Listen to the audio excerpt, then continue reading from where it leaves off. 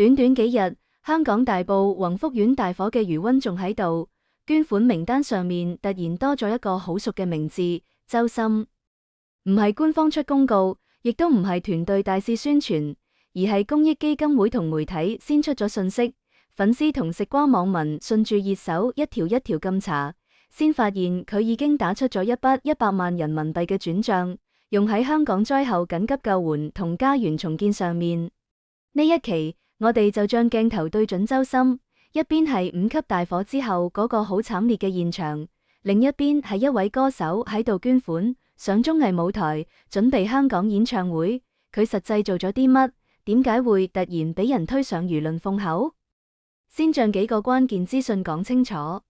香港新界大埔宏福苑發生嚴重火災，多棟大廈俾火焰包圍，成排樓喺夜晚入面燃燒，天際線俾火光照到通紅，現場有大量傷亡同居民要緊急疏散，好多人一夜之間冇晒安樂窩。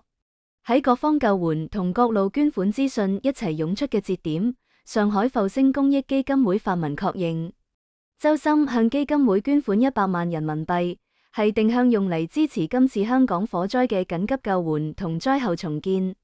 跟住落嚟，相關話題登上熱搜。周深捐款100萬元用於香港救援重建，周深發文為香港市民祈禱平安，呢類詞條一路刷屏。同唔少靜靜地捐款、悄悄切熱搜嘅藝人唔同，今次周深自己喺社交平台留低咗幾句好簡單嘅說話：願平安，注意安全。冇掌文，冇煽情陳述，就係反覆提住兩個詞：平安、安全。香港本地媒體喺報道呢筆捐款嘅時候，特登引用呢兩句留言，強調佢將焦點放喺人要安全，人要好好活住呢件事上，而唔係幫自己加光環。對經歷緊災情嘅人嚟講，平安先可以返到屋企，安全先會有明日，呢種直接表達比任何口號都實際。仲要留意嘅係，周深唔係一個人企喺呢條捐款名單上面。內地有唔少藝人透過唔同渠道為今次香港火災捐款，包括易烊千璽、楊紫、張藝興、華晨宇等人，各自捐出100萬，仲要有韓庚夫婦、許海等人捐出幾十萬。香港本地藝人方面，容祖兒、蔡卓妍、楊穎、張柏芝、謝霆鋒等都透過唔同機構捐出大額善款。今次呢場突如其來嘅災難，娛樂圈其實交咗一張好密嘅捐款表，但係真真正正引爆討論嘅係有人捐同睇唔到捐款之間嘅對比。公開捐款名單出咗之後，有人開始對住表格逐個名撳數，又有人盯住啲長期缺席嘅名字發問：點解睇唔到某啲人？粉絲貼出以前嘅捐款同物資截圖，解釋話唔係每一次都會公開。另一邊又有人吐槽捐得少，唔夠大方，幾輪來回，爭論越滾越大。喺呢一片爭吵聲入面，周深呢100萬同樣冇完全被得過質疑。有影片博主拎起呢件事嚟講，周深低調喺香港捐款100萬，竟然俾人話喺度買熱搜，留言區即刻炒成一堆。有啲人話呢啲就係偶像應該做嘅事，熱搜係平台推，佢又冇刻意炒。亦有人反問，點解成日都係嗰幾個名字喺熱搜度出現，係咪團隊操作？仲有網民將個話題再拉闊，去到明星應唔應該公開捐款數目，捐幾多先叫夠，冇捐係咪就應該俾人鬧？呢啲講咗好多年都仲喺度嘅問題。如果我哋將時間線拉長啲，就會發現一件好關鍵嘅事，呢一次並唔係周深第一次出現喺災情捐贈名單入面。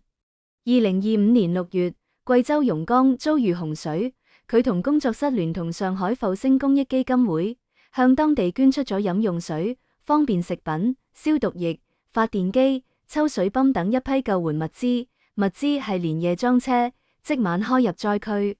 再早少少，西藏地震嗰陣，佢捐嘅係棉大衣同渣巴，因為當地低溫又缺氧。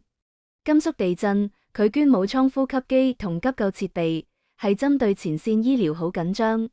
河南暴雨，佢捐發電機同應急物資，特登揀夜晚送到，係因為當地電力全線中斷。每一次捐贈都係根據災區實際需要去配物資。呢啲記錄俾網民一條條列出嚟之後，好多人開始重新審視今次香港捐款。佢唔係臨時心血來潮，唔係見到其他人捐先跟風，更加唔似係為咗配合乜嘢宣傳檔期。佢只係延續咗自己呢幾年形成嘅固定路徑，有災情就揀一間信得過嘅基金會，直接打款或者捐物資，等官方發佈之後，自己簡單轉發一下。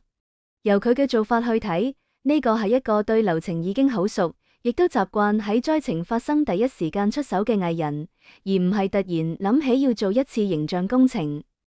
講返今次香港火災，周深揀嘅係上海復星公益基金會。根據媒體報道，復星基金會聯合同集團企業同多位藝人，一共捐出大約1000萬港幣去支援今次大火，其中清楚寫明周深係透過呢間基金會捐咗100萬人民幣，用於緊急救援同家園重建。即係話，佢呢筆善款會落喺兩個關鍵位度，一係第一時間支持救援，二係之後參與災後重建，亦都係好多大型災情入面最缺資源，但最容易俾公眾忽略嘅階段。就金額嚟講，100萬對於頂級流量未必係天文數字，但對單一藝人嚟講，其實已經係一筆好大嘅支出。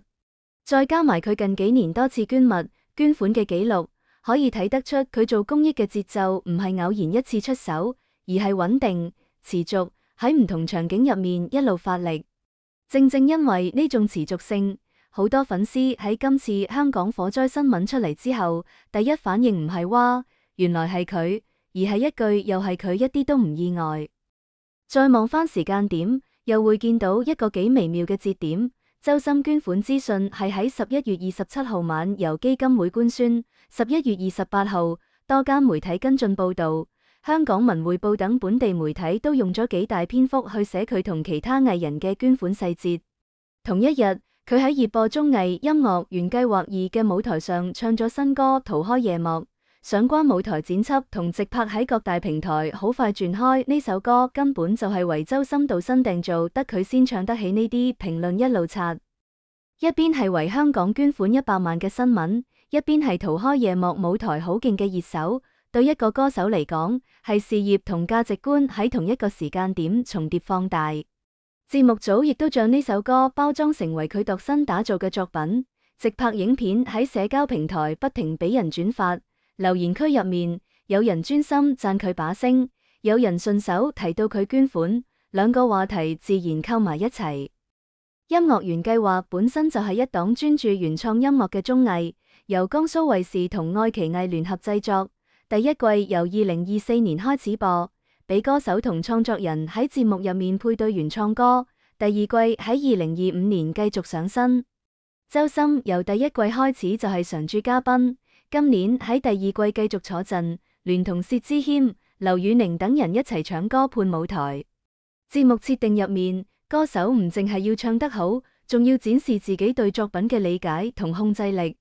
逃開夜幕呢類唱跳結合嘅舞台，對佢嚟講係一個強度唔低嘅挑戰，亦都再一次鞏固咗佢喺綜藝入面專業歌手嘅形象。另一邊，中國唱將呢檔節目入面，佢嘅身份由上台演出嘅歌手變成坐喺台上嘅導師。節目主打音樂人才集訓營，由幾位資深音樂人做導師，幫學員做系統訓練同舞台指導。節目方喺宣傳入面一直強調傳道、授業、解惑呢個定位。喺已經播出嘅幾期入面，周深唔淨係要俾評價，仲要唔時上台示範演唱。有啲位聽到學員講自己故事，情緒上到嚟會哽咗嘴。呢啲片段俾大量剪出嚟喺社交平台瘋轉，話題熱度都唔低。呢兩檔節目其實好清楚咁將佢今年嘅主線身份拉出嚟，一邊係持續交出高質素舞台嘅歌手，另一邊係開始承擔傳承同教人責任嘅導師。呢種身份升級，再加埋佢喺公益上穩定嘅投入，疊加落去就形成咗好多人口中嗰種越叻越有情懷嘅印象。仲有一個細節一定要講，香港演唱會喺今次捐款之前唔耐，媒體已經報道周深官宣會喺香港啟德體育園開唱，仲創咗幾個第一次。首位登上香港啟德主場館嘅內地歌手，香港首個0點跨年場等等。換句說話講，去到今年年尾，佢本身就已經同香港有一個好重要嘅約定。而喺火災發生之後，佢第一時間用捐款呢種方式，俾呢座城市一個回應。有香港媒體同內地評論員就指出，今次捐款對佢嚟講唔淨只係一件單純嘅慈善行為，亦都係用一個好直接嘅方式同本地觀眾講清楚。佢唔係淨係喺演唱會嗰幾個鐘頭先會出現，而係喺香港出現嚴重大火災嘅時候，企咗喺同呢座城市一齊頂住嘅位置。呢種人先到、展先到、演出之後先到嘅順序，好容易俾觀眾記喺心入面。當然，關於明星捐款嘅爭議，幾乎唔會有完結一日。有網民覺得100萬對於年收入過億嘅頭部藝人嚟講唔算多，亦有人認為公益唔係攞嚟比數，任何形式嘅幫手都應該俾尊重。仲有人提到，好多藝人選擇完全匿名，或者只係透過工作室渠道唔留名咁去捐款，外界根本冇辦法知道實際數目。咁樣睇返，去盤邊個捐多啲，邊個捐少啲，邊個冇捐呢啲做法，最後好容易變成一次又一次情緒發洩，對災民未必真係有幾大幫助。再將視角拉返去周深本人，今次佢俾外界記住嘅關鍵詞，仍然係嗰兩個：平安同安全。其實回頭睇下佢呢幾年喺節目入面講過嘅說話，喺舞台上嘅狀態，就會見到一個幾穩定嘅人設。講嘢唔心急，好少喺公開場合大晒立場，真係情緒起伏大嘅時刻，多數都同普通人、同學員、同災情有關。好似喺中國唱將入面聽到學員講自己故事嗰陣會哽咗聲，又或者喺公益項目度為災區錄祝福片嗰陣，聲線都會有少少震。用商業邏輯去記，佢完全可以淨係做好安穩歌手，唔使喺敏感議題上多講一句，亦都唔使喺每一次大型災情入面都走喺最前面捐款。但現實係，佢確實喺唔同災情嘅公益名單上出現過好多次，而且出現頻率一路向上，金額亦都一路加。呢個情況說明，對於佢呢一類型嘅藝人嚟講，公益已經唔再係偶爾做一次嘅加分位，而係變成寫咗入職業軌跡入面嘅固定一環。最後，簡單幫佢呢一年收個尾。2025年對周深嚟講係一個多線並行嘅年份，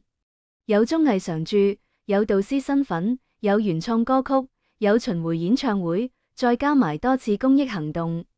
今次為香港火災捐款100萬，只係當中其中一個，但因為時間點特別，事件本身衝擊力大，被放大，被討論，亦都令更多人重新諗翻一個問題：喺流量年代，到底咩樣嘅藝人先真係配得上正能量偶像呢5隻字？對你嚟講，可能比起佢捐咗幾多，更重要嘅係下一次你喺短片度刷到佢唱《逃開夜幕》，或者喺跨年夜睇到佢喺香港個舞台上面唱歌，你會唔會喺心入面多記住一句：呢個人喺呢座城市發生過一場嚴重火災嘅時候，真係做過一件實實在在嘅事？你點樣睇今次周深為香港捐款100萬呢件事？你覺得藝人捐款應該公開到咩程度？係捐幾多都好，只要真心就得，定係越紅就越應該捐多啲？歡迎你喺留言區講下自己嘅睇法，亦都可以順手寫低你最想喺佢香港演唱會度聽到邊一首歌。